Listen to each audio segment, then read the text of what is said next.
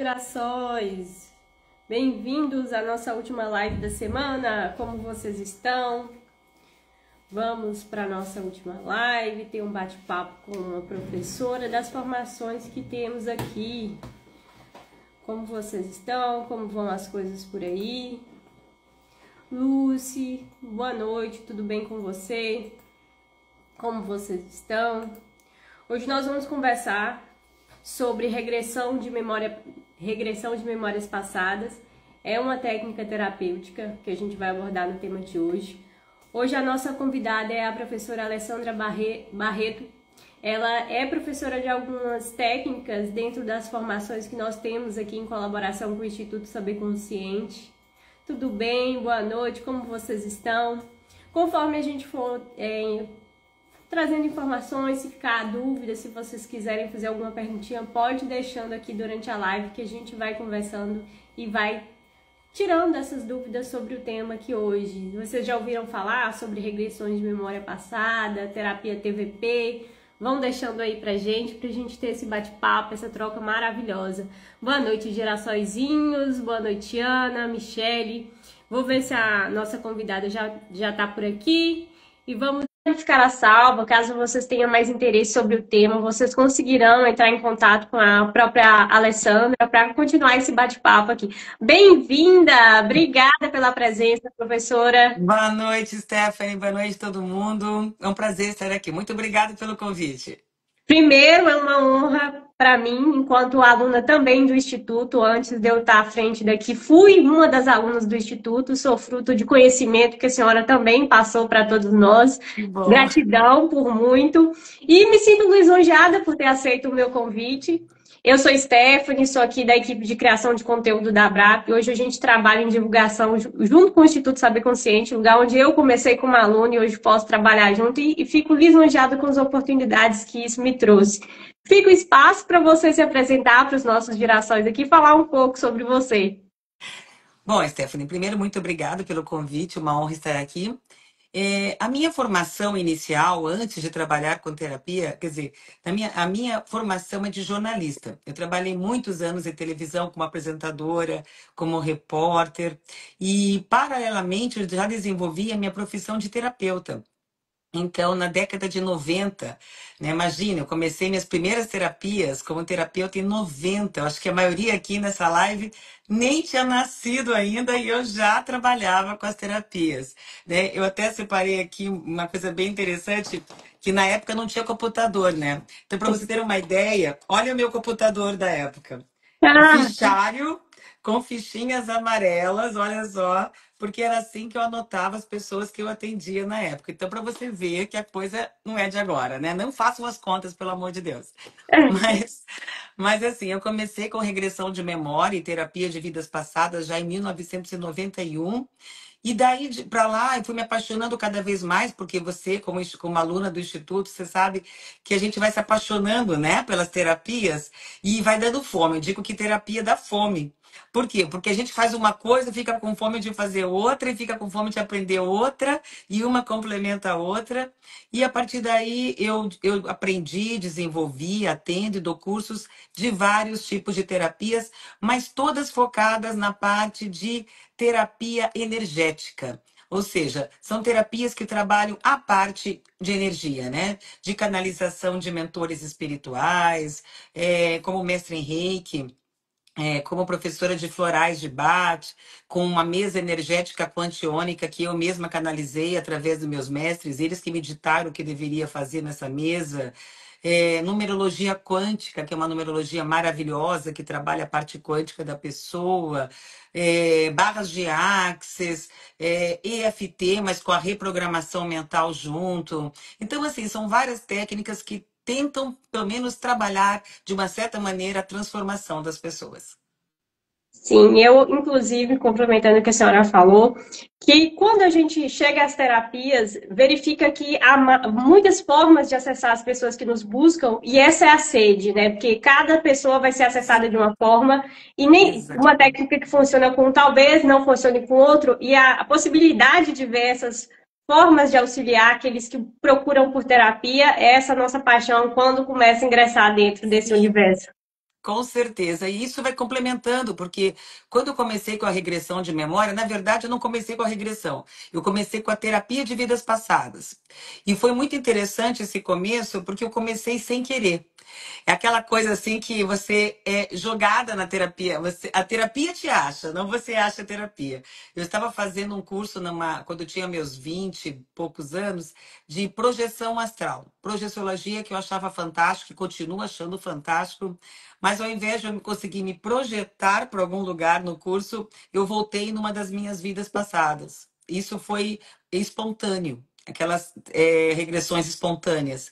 E com isso, nessa regressão, eu tive várias respostas que eu precisava para o meu momento atual, que eu estava passando naquele momento, que era um divórcio. Imagine, com 22 anos, me divorciando, já estava numa situação bem atípica, né, para uma menina de 20 e poucos, porque 20 e poucos a gente é super jovem, e eu já estava passando por um monte de coisas, e quando eu voltei nessa vida passada, que eu reconheci pessoas, e que aquilo me salvou, me ajudou muito, aí me deu muita vontade de conhecer essa terapia, aí eu fui para São Paulo, fiz cursos lá de hipnose, de regressão, porque aqui em Curitiba não se falava nisso na época ainda, praticamente, aliás, no Brasil, né, isso aí foi chegando aos poucos, né? E hoje eu acho que muitas e muitas pessoas já fizeram regressão comigo e podem entender o quanto essa terapia é uma ferramenta maravilhosa que ajuda, como tantas outras terapias ajudam.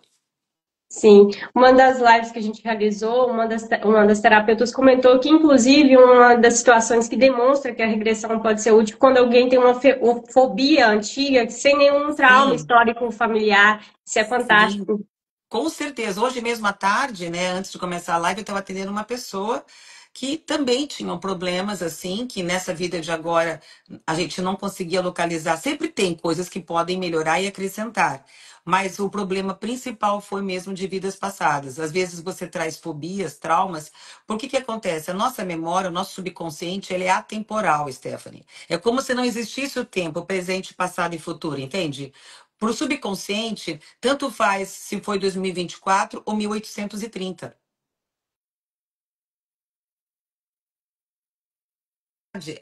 As pessoas pensam assim, ah, mas isso foi há tanto tempo, como é que pode me fazer ainda ter algum sintoma, uma sequela? Tem, né? E eu vi que estão perguntando aqui, muitas pessoas acham que as duas coisas, a regressão é diferente da terapia de vidas passadas? Sim, mas as duas se complementam. Por quê? Porque a regressão de memória, pelo menos aqui eu trabalho, eu vou até o útero da pessoa. Então você passa pela sua vida atual, pelo seu momento atual, pela sua adolescência, pela sua infância, pela sua vida intrauterina, pelo momento do nascimento, porque às vezes você traz muitos traumas, Stephanie, do momento do nascimento. Tipo, ah, será que meu pai e minha mãe vão gostar de mim? Será que eu não vou ser um estorvo na vida deles? Já começa se sentindo assim, um estorvo na vida dos pais, às vezes, ou traumas que de verem pais brigando durante a gestação e tudo mais. Então, o que que a gente faz com isso? Eu vou limpando e fazendo a reprogramação mental. Ou seja, eu vou transformando aquelas memórias negativas em memórias positivas para que aquilo não seja mais uma sequela, um trauma, um bloqueio na vida da pessoa. Quando a gente termina a parte da regressão de memória, que é da vida atual, aí nós vamos para a parte da terapia de vidas passadas, onde numa sessão geralmente eu volto em 2 ou 3 vidas. E a minha terapia ainda, ela tem um diferencial que eu acrescentei no meu trabalho, que é a canalização dos mentores, a canalização do mentor espiritual. Por que que acontece? Eu percebi em alguns casos que quando a pessoa desencarnava, quando ela morria, em vidas passadas ela via morrendo, seja lá de qual motivo, os parentes, os entes queridos vinham recebê-la. E, em alguns casos, não eram os parentes, não era mãe, pai, enfim, né, os familiares, mas sim um mentor. É como se fosse aquele que cuidou dela em vida, estava ali para recebê-la desencarnada. E ele dava conselhos, era tão lindo, sabe? Tipo assim, filha, siga em frente, seu caminho está aberto, o que aconteceu, aconteceu, sua vida agora está aberta, enfim, era emocionante, todo mundo chorava nesse momento. Aí eu pensei, por que para alguns vem e para outros não? Então eu vou agregar isso, eu vou incorporar isso a todas as regressões. Então, quando você faz, você, no final da sessão, eu canalizo o seu mentor. Então, você pode, daqui para frente, mesmo sem falar comigo, chamar o seu mentor, ele vai te dar um nome. E é como se fosse, eu brinco assim, eu adoro brincar muito com as coisas, eu falo assim, todo mundo, às vezes, tem um personal trainer, né? E isso aqui é seu personal mentor, seu personal anjo. Você pode pedir para ele o que você precisa e tudo mais. É muito, muito interessante, sabe? É lindo, é lindo. É um trabalho assim que transforma e muito rápido, né? 3, 4 sessões você já consegue, às vezes, o que você não conseguiu numa vida inteira. Perfeito. Tem também outras perguntinhas aqui. Como você reagiu na sua primeira experiência quando você contou o que passou? Nossa, foi muito forte assim, sabe? Pensa num ser tentando fazer a projeção, quer dizer, eu estava lá tentando projetar, não projetei nada, porque eu não consegui nada no curso. Eu olhava para o lado, olhava para o outro, e de repente eu me vi andando é como se fosse numa catedral, as pessoas me acusando de várias coisas, e eu, uma mulher, assim, toda vestida, com roupas meio, como se fossem medievais, assim, e eu sem entender nada o que estava acontecendo. E daqui a pouco eu me vi lá sendo julgada por alguns que pareciam como se fossem padres, alguma coisa assim, né? E depois eu me vi queimando numa fogueira. Pensa assim, para uma primeira experiência, eu já sendo vítima da Inquisição, né? E eu não estava entendendo nada daquilo, porque é muito forte a regressão. Quem fez já sabe que você sente a dor, você sente a sensação, sabe? Então, assim, mas o que para mim foi incrível e que eu acredito que meus mentores me empurraram para essa primeira experiência, mesmo que espontânea, porque como eu comentei, na minha vida pessoal eu estava passando por um divórcio. E na minha cabeça eu não aceitava aquela situação. Eu estava quase meio que em depressão. Não digo depressão de ficar de cama, mas eu não estava aceitando aquela situação porque eu era muito nova. E eu vinha de uma família com pais que, nossa, eram apaixonados, que eles só se separaram quando meu pai desencarnou, assim, que eram grudadinhos, tipo pombinhos. Então na minha cabeça eu ia ser assim também. E quando eu fiquei com 23 anos divorciada, na minha cabeça não entrava isso.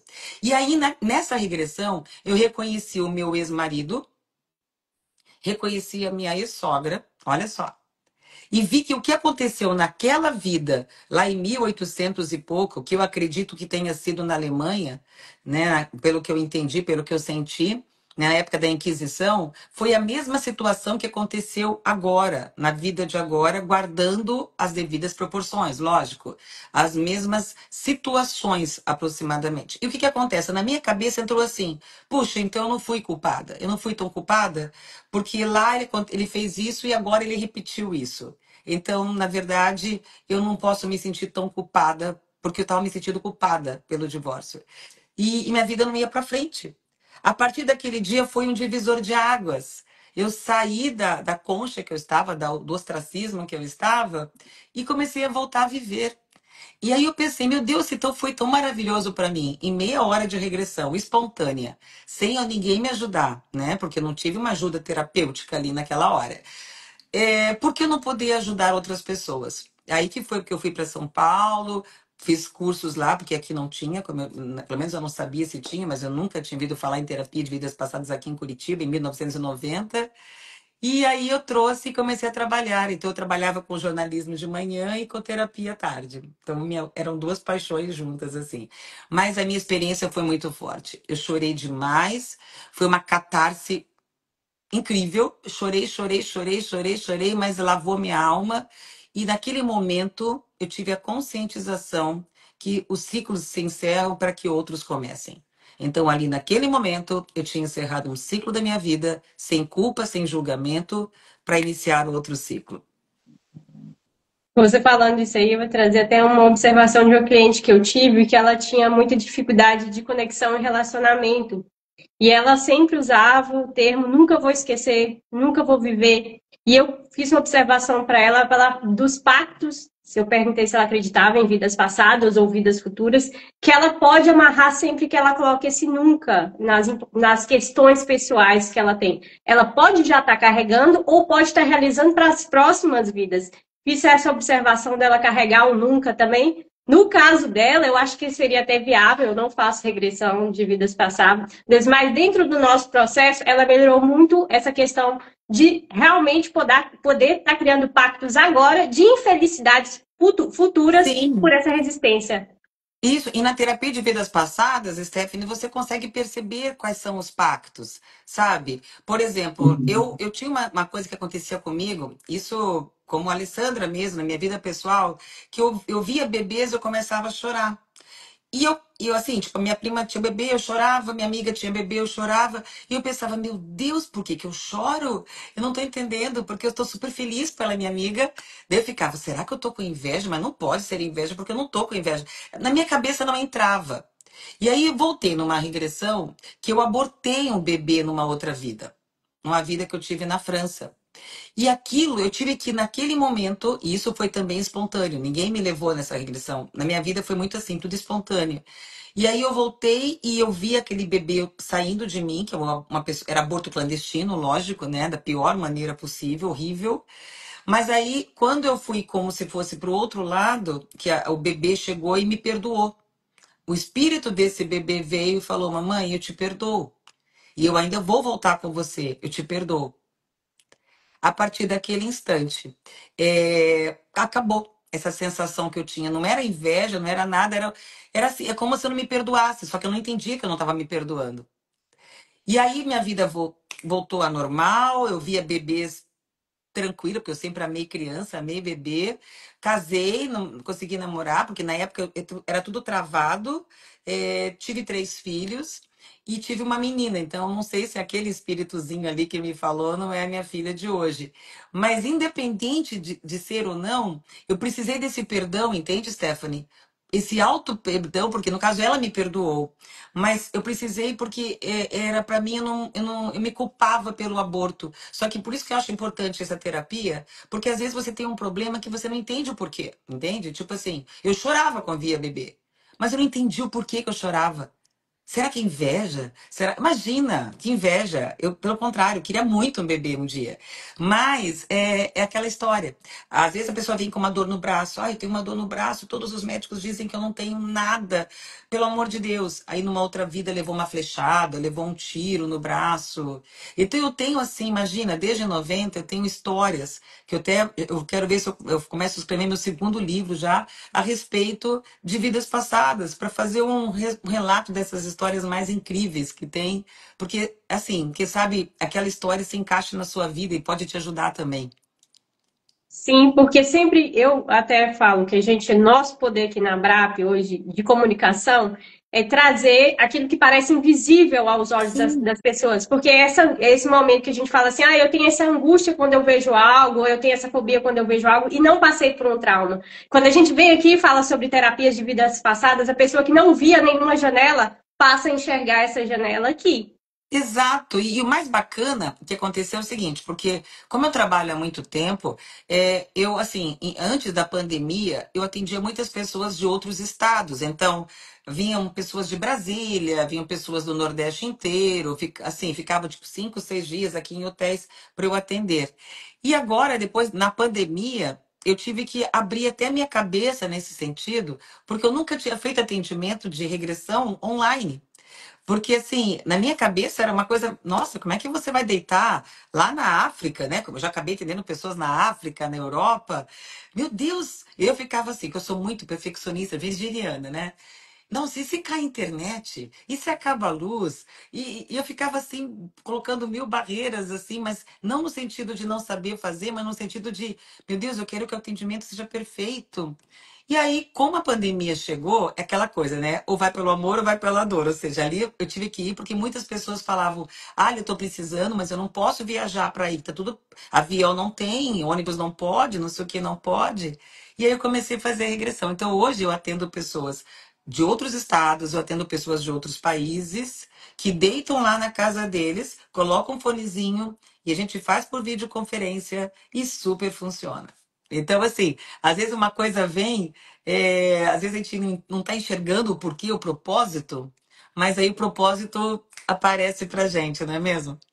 Sim, eu vejo como algo bom, porque pessoas do mundo inteiro podem ter Sim, acesso a um bom profissional, como a senhora, por exemplo. A pessoa pode estar em sim, qualquer lugar, assistiu nossa live aqui agora e falou: Não, me exato. identifiquei, eu quero conversar com ela. E aí é uma janela de oportunidade muito grande e uma facilidade para quem busca por terapia e mais informação.